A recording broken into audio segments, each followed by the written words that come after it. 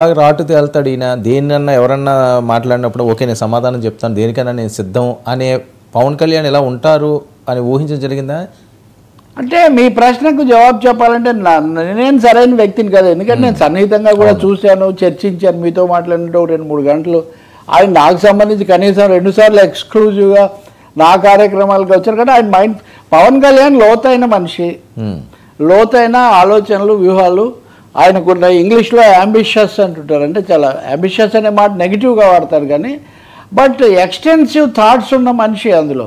ఆయన నిన్న ఒక మాట చెప్పాడు, మీరు గుర్తిస్తే కనుక ఎక్కువ మంది, నా రాజకీయ జీవితం 2008లో మొదలైంది అన్నాడు. అంటే 16 ఏళ్ళు 15 ఏళ్ళు 1.5 దశాబ్దం నేను రాజకీయాల్లో ఉన్నానని.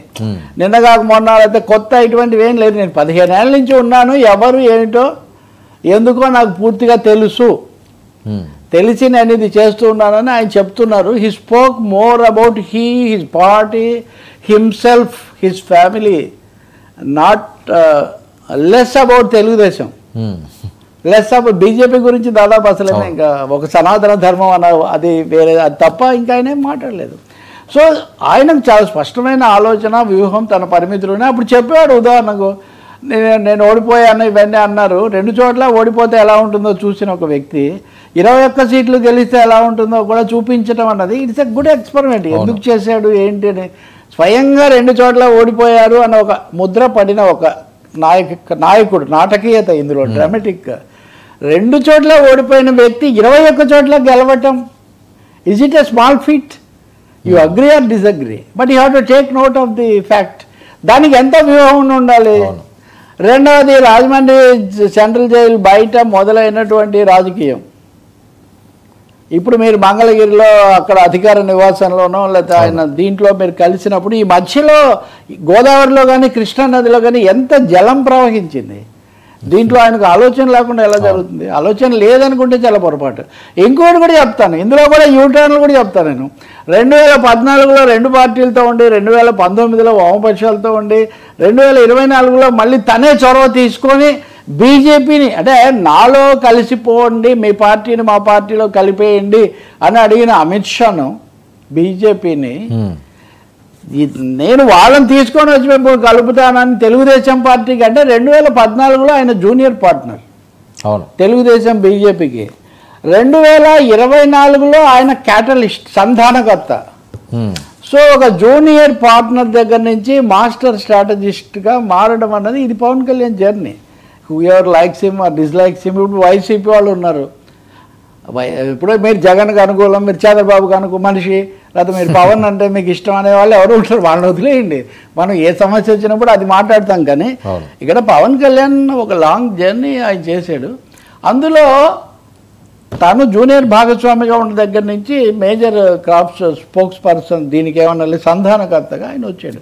నిన్న జరిగినవి మాట్లాడినవన్నీ దానికి చిహ్నంగా ఉన్నాయి. అందుకే మిగతావి తక్కువ మాట్లాడాడు, ఇవి ఎక్కువ మాట్లాడాడు. సరే, ఎంబటి ట్వీట్ అంశం అది రాజకీయాల్లోకి వస్తారు.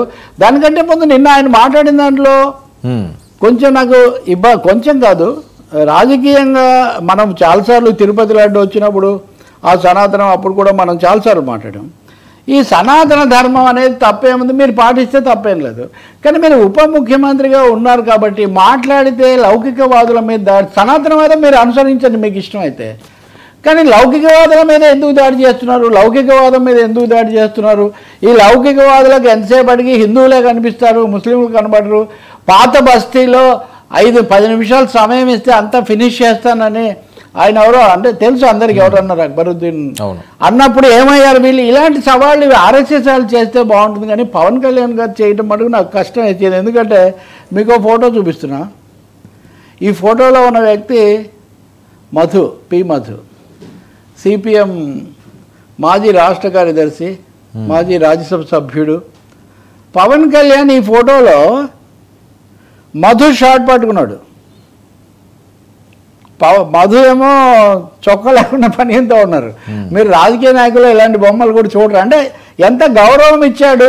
విజయవాడ ఎండల్లో ఆ ర్యాలీ జరుగుతుంటే ఎందుకు మధుకు అంత ఇచ్చారన్నప్పుడు ఆయన వ్యక్తిగతంగా కూడా చెప్పాడు. ఆయన గట్టిగా పోరాడతాడు. పాత బస్తీలో వాళ్ళని సవాల్ చేసి కాస్త ఒక ర్యాలీ పెట్టి మాట్లాడిన వ్యక్తి మధు, అందుకే నాకు చాలా ఇష్టం అని పవన్ కళ్యాణ్ చాలాసార్లు చెప్పి మర్చిపోయినట్టున్నాడు, కొంచెం సీన్స్ ఎక్కువైపోయాయి కదా. కాబట్టి నేను అన్నం ఏంటంటే, మీరు సనాతన ధర్మం రాజకీయంగా ఇప్పుడు ఇందాక నేను చెప్పిన వ్యూహాల్లో భాగంగా మంచిగా ఉంటే అని మీరు భావిస్తే తప్పకుండా భావించవచ్చు, అది మీ ఇష్టం. కానీ నేను ఇంతకుముందు కూడా అన్నా, మా నాన్న సిగరెట్ వెలిగించుకునేవాడు అన్నప్పుడు first person and only person to condemn till day. ఇప్పుడు కూడా అంతే.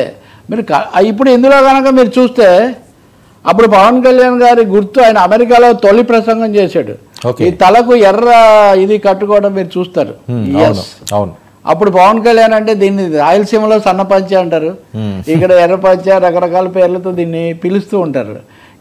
ఎర్రది అమెరికాలో యూనివర్సిటీలో చూపించాడు దీన్ని, ఎందుకంటే my comments are there with lakhs of views. అందువల్ల రాజకీయ అవసరాల కోసం మీరు వ్యూహాత్మకంగా మారొచ్చు, కానీ ఈ దేశానికైతే లౌకిక తత్వం, ఈ దేశానికైతే ఇది చాలా అవసరం. మొన్న దాంట్లో దీన్ని తీసుకొచ్చారు కాబట్టి ఈ మాట నేను చెప్తున్నా. ఇప్పుడు బీజేపీతో మీరే ఏకీభవించలేకపోయారు కదా. ఇప్పుడు మీరు అడిగే అంశం అంబటి రాంబాబు ట్వీట్, అసహనం. ఎందుకు అంత అసహనం? పవన్ కళ్యాణ్ విషయంలో సరైన వ్యూహం లేకపోవడం కూడా వైసీపీ దెబ్బతింటానికి ఒక పెద్ద కారణం. నాకు బాగా తెలుసు, విజయసాయి రెడ్డి పవన్ కళ్యాణ్ చుట్టూ ప్రదక్షిణలు చేసిన